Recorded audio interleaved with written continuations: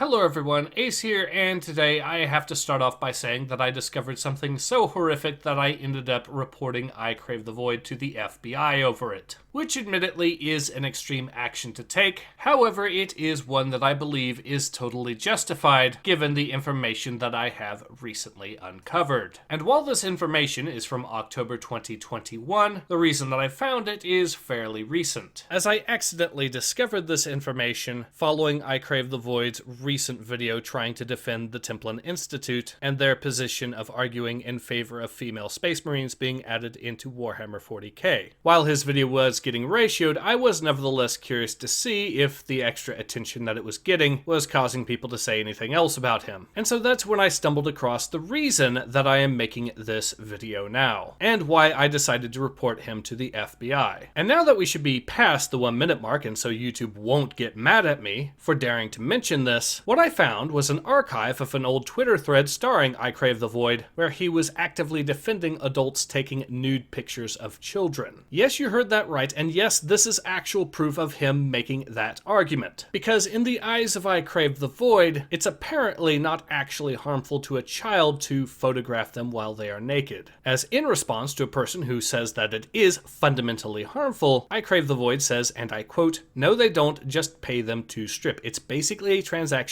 at that point and benefits the child financially, so where is the harm?" So yes, ICraveTheVoid unironically thinks that paying a child to strip and then taking pictures of them while they are naked is not sexualizing the child, nor is it harmful to the child. That is his position. Keep in mind that while he was making the argument that taking pictures of actual children while they are actually naked is not sexualizing them, he was ironically enough also making the case that lolly is in fact fundamentally harmful. Yes, the man is that legitimately brain rotted. And while I am of the opinion that lolly is itself an immoral thing to consume, although technically it doesn't actually hurt anyone, I do think it is highly suspect to consume it. However, ICraveTheVoid sees no problem with the violation of privacy and the harm that that does indeed cause to a child when the child is clearly not capable to give consent to release something so personal and intimate as their own private physique. Even ignoring the physical harm that is caused to these children, and that is a massive thing to ignore by the way, this violation of privacy itself makes the content that ICraveTheVoid is defending actively worse than lolly. But this isn't even the only piece of evidence of his position. Keep in mind, this is a man who has defended Balenciaga, to the degree that, well, here's his own words in a response video that he did to Shoe on Head. Photo shoot. And when you see these photos, you will probably understand why. One was a little girl on a couch with a very worried, sad look on her face, surrounded by alcohol and holding a teddy bear. Where's the alcohol? I don't see any alcohol here. I see glasses and shit. Where's the alcohol? Also, I found this exact thing on their website, by the way. It was a dog collar. Like a dog, not a collar, but a harness. Like this exact thing. Now, I don't know if this is another part of their brand or something, but they do have dog collars with this exact shape.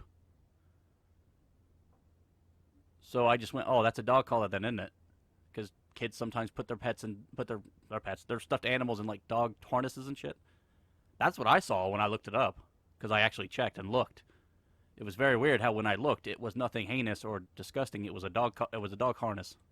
Bear, a teddy bear that was wearing a full BDSM harness. There was other pictures of the girl laying on the couch, as well as another shot of another sad little. This is just like the goth thing. This is like a fashion. It's goth. Kids have been wearing this for a while now. I don't know why this is an issue now.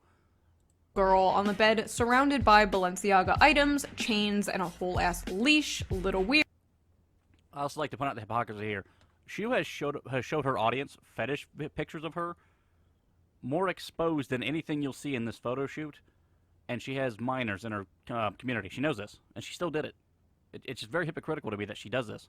Weird, a little sussy. Like the pictures just gave you bad vibes.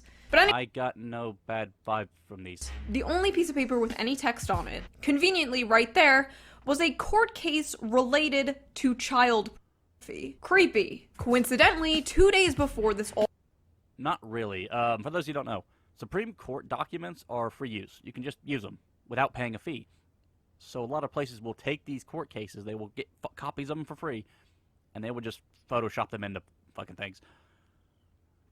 This was probably either an intern doing this, so they don't really know. They probably just have a folder full of free use documents. They put that in there. So yes, this does actually appear to be something that he is legitimately defending. And there's other things I can point out as well, such as the fact that ICraveTheVoid admitted to being pro-rape thanks to the August Ames controversy. In fact, here's an earlier video I made where I pointed out when he said this.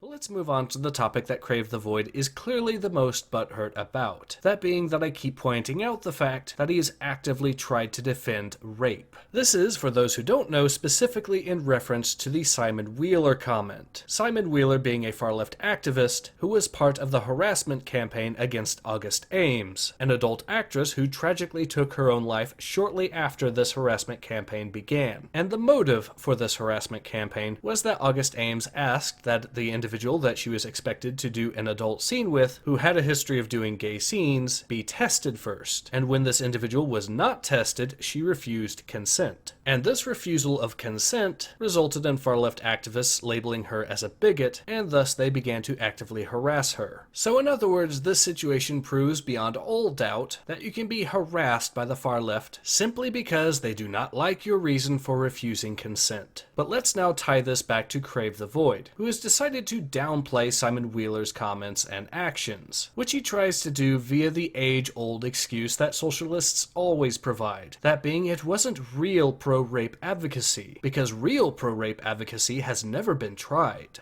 Now, of course, this is already pretty atrocious on the part of CraveTheVoid. However, things managed to get worse, as CraveTheVoid pretty much openly admitted that he supported the idea of August Ames facing repercussions because she refused consent, stating that people that he believes are bigots, and he does believe August Ames to be a bigot, should, quote, be shamed to let them know it's not tolerated socially. In other words, this is CraveTheVoid admitting that he believes August Ames should have faced repercussions over her refusal of consent. And since that moment, the debate transformed from questioning whether or not CraveTheVoid actually supports rape to debating just how much CraveTheVoid supports rape, with me pointing out the example of him downplaying the Simon Wheeler comments as proof that he is effectively downplaying a harassment campaign in this situation, and CraveTheVoid making the case that he doesn't support rape that much, and merely wants her to be, quote, not tolerated socially for her actions of refusing consent. Now, as you could probably tell, I'm not exactly a huge fan of CraveTheVoid.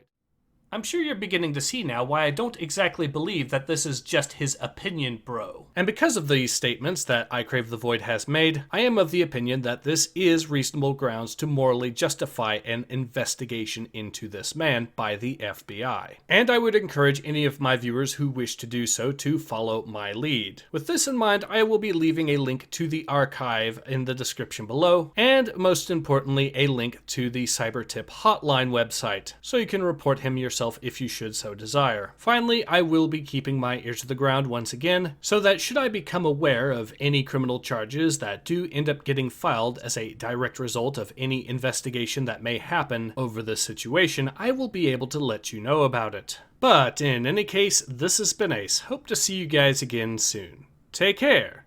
Ace out.